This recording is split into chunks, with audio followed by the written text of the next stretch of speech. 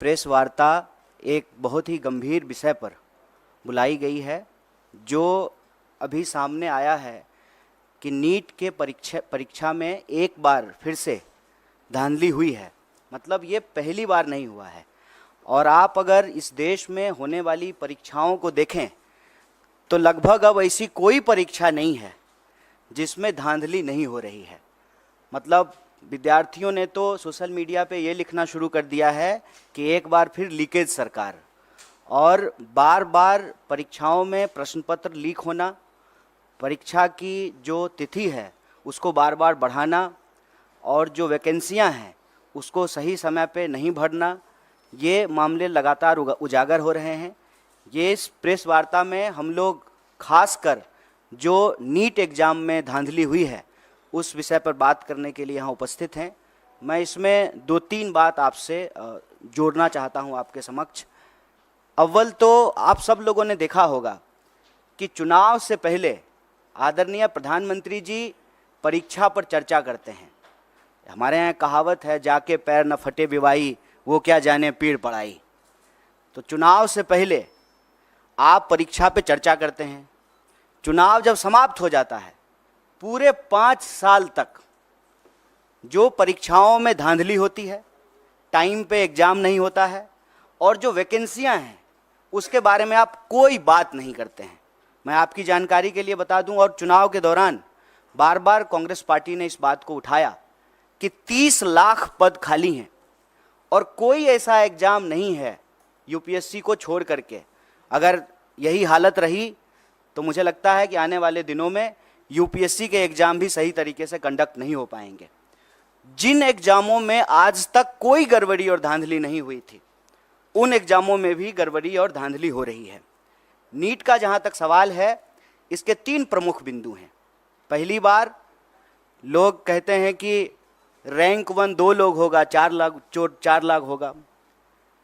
इस बार नीट के एग्जाम में जब आप उसके रिजल्ट को देखेंगे, 67 लोग जो है वो जो है फर्स्ट रैंकर हैं, और उसमें से 720 नंबर मिला है, मतलब 100% मार्क्स मिला है।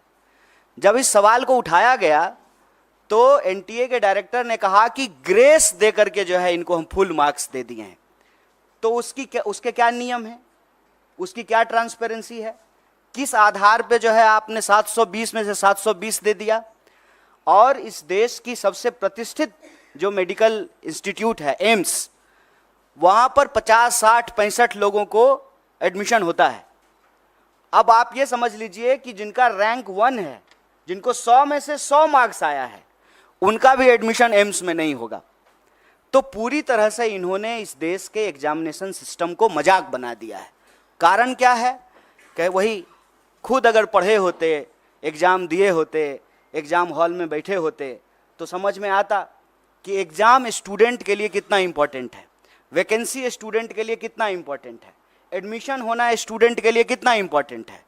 पढ़ने लिखने वाले तो लोग हैं नहीं सरकार में, बस चुनाव के लिए, वोट के लिए परीक्षा पे चर्चा करते हैं। खुद तो परीक्षा दिए नहीं है।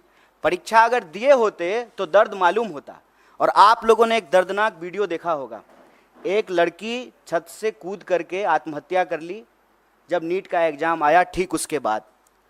और जब जब कहीं भी किसी भी एग्जाम में कोई गड़बड़ी हो रही है, इसका खामियाजा सीधे विद्यार्थी को भुगतना पड़ रहा है। आप सब जानते हैं, सरकारी आंकड़ा है, हमने अपने घर में नहीं बनाया है, 1 घंटे में 2 जवान इस देश में आत्महत्या कर रहे हैं। मतलब 24 घंटे में 48 नौजवान आत्महत्या कर रहे हैं। और लगातार ये जो परीक्षा का दबाव है उसमें 3 बिंदु बहुत महत्वपूर्ण हैं। एक, समय पे एग्जाम का नहीं होना।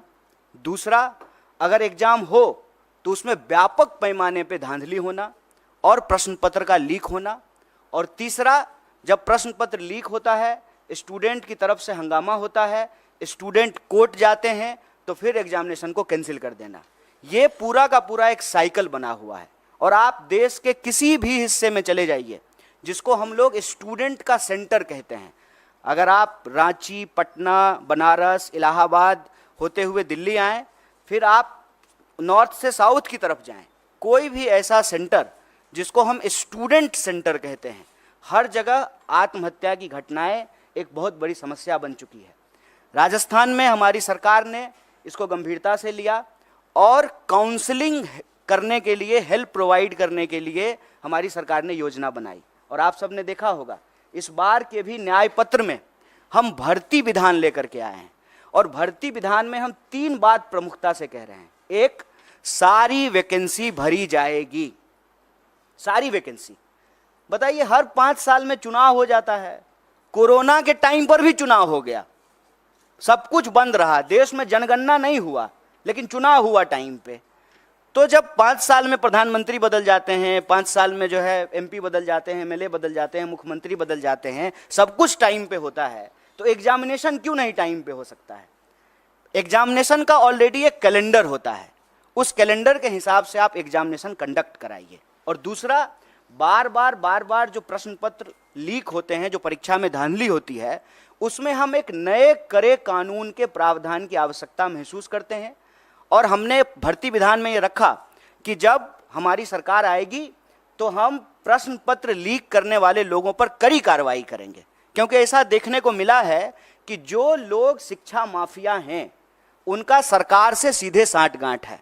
वो नेताओं से मिले हुए हैं, नेताओं से मिल करके जो है वो पूरा का पूरा जो है बच्चों के भविष्य से खिलवाड़ करते हैं। तो उसके लिए कड़े कानून की आवश्यकता है। मैं आपके लिए एक बात और जानकारी साझा कर दूं कि तेलंगाना में एक बहुत बड़ा मुद्दा बना, और जब तेलंगाना में चुनाव हुए तो हमारी पार्टी ने ये कमिट किया कि हम एग्जामिनेशन कैलेंडर लाएंगे, हम जो है नए आयोग का गठन करेंगे, समय पे जो है एग्जाम कंडक्ट कराएंगे, और कोई भी गड़बड़ी करने वाले किसी भी नौकरशाही के ऊपर, किसी भी जो है कर्मचारी के ऊपर कड़ी कार्रवाई करेंगे। मुझे लगता है कि सरकार को ये कदम उठाना चाहिए। सिर्फ जो है बयानबाजी से, बतौलेबाजी से काम नहीं होगा। ये देश के भविष्य का सवाल है, ये बच्चों के भविष्य का सवाल है।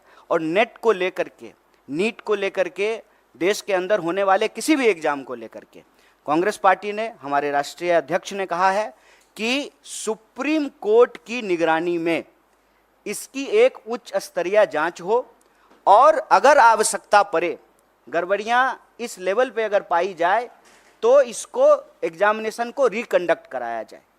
अगर जो लोग कंप्लेन लेकर के गए और कुछ लोगों का नंबर जो है 720 में से 720 कर दिया गया, तो बाकी लोग जो भी कंप्लेन कर रहे हैं उसकी भी सुनवाई होना चाहिए, उसका रिड्रेसल होना चाहिए।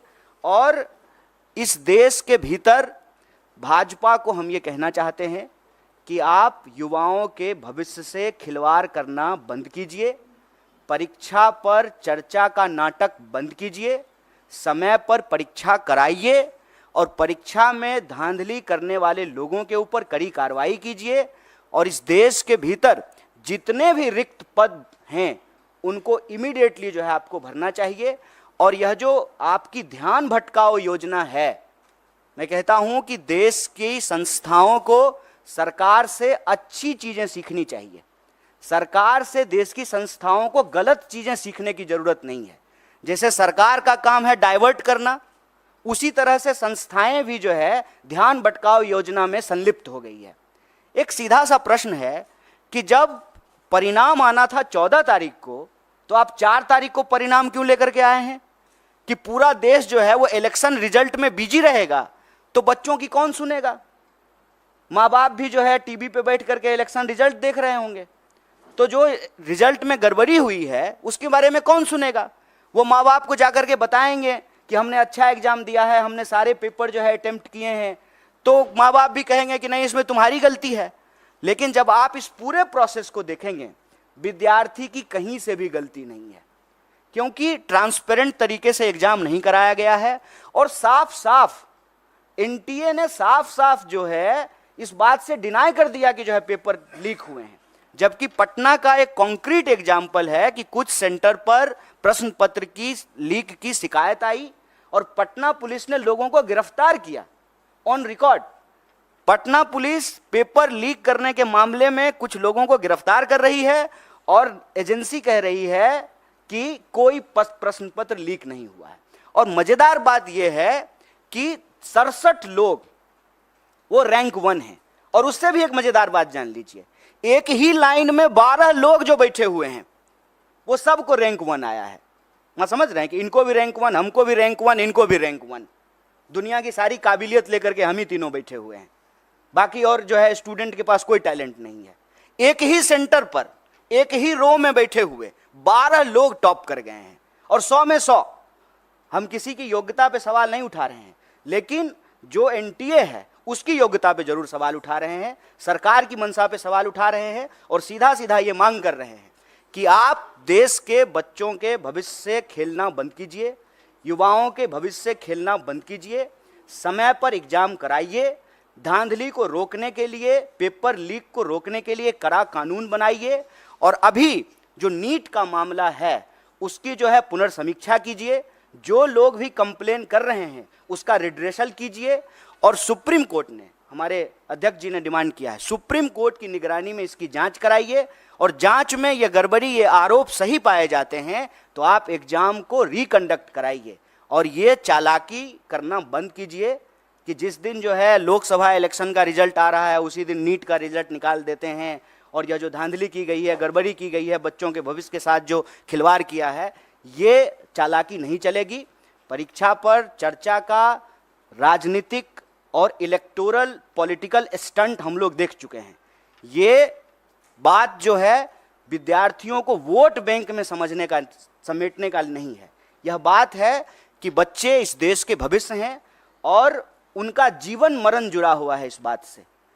लोगों की रूह कांप जानी चाहिए कि एग्जाम के रिजल्ट के बाद जिस पैमाने पे जो है लोग आत्महत्या कर रहे हैं, आप देखिए, वो लाइव वीडियो है, सीसीटीवी कैमरा का रिकॉर्डिंग है कि रिजल्ट आया है और लड़की जाकर के जो है जान दे दी है। और हम इस देश के विद्यार्थियों से आप सबके माध्यम से कहना चाहते हैं, हमारी पार्टी कंसर्न है। आपने देश भर से मैसेज किया है, ईमेल किया है, फ़ोन कॉल किए हैं, और हमारे लिए सरकार बनेगी, बन जाएगी, शपथ ग्रहण हो जाएगा, लेकिन ये मुद्दा हमारे लिए बहुत महत्वपूर्ण है। इसीलिए ज्यों ही इसकी जानकारी हम लोगों को मिली, हमारा जो स्टूडेंट विंग है NSUI, उसके अध्यक्ष और हमारी पार्टी के राष्ट्रीय अध्यक्ष ने इस मामले को उठाया है, और इसी गंभीरता को आगे बढ़ाते हुए हम लोगों ने यह प्रेस कॉन्फ्रेंस किया है।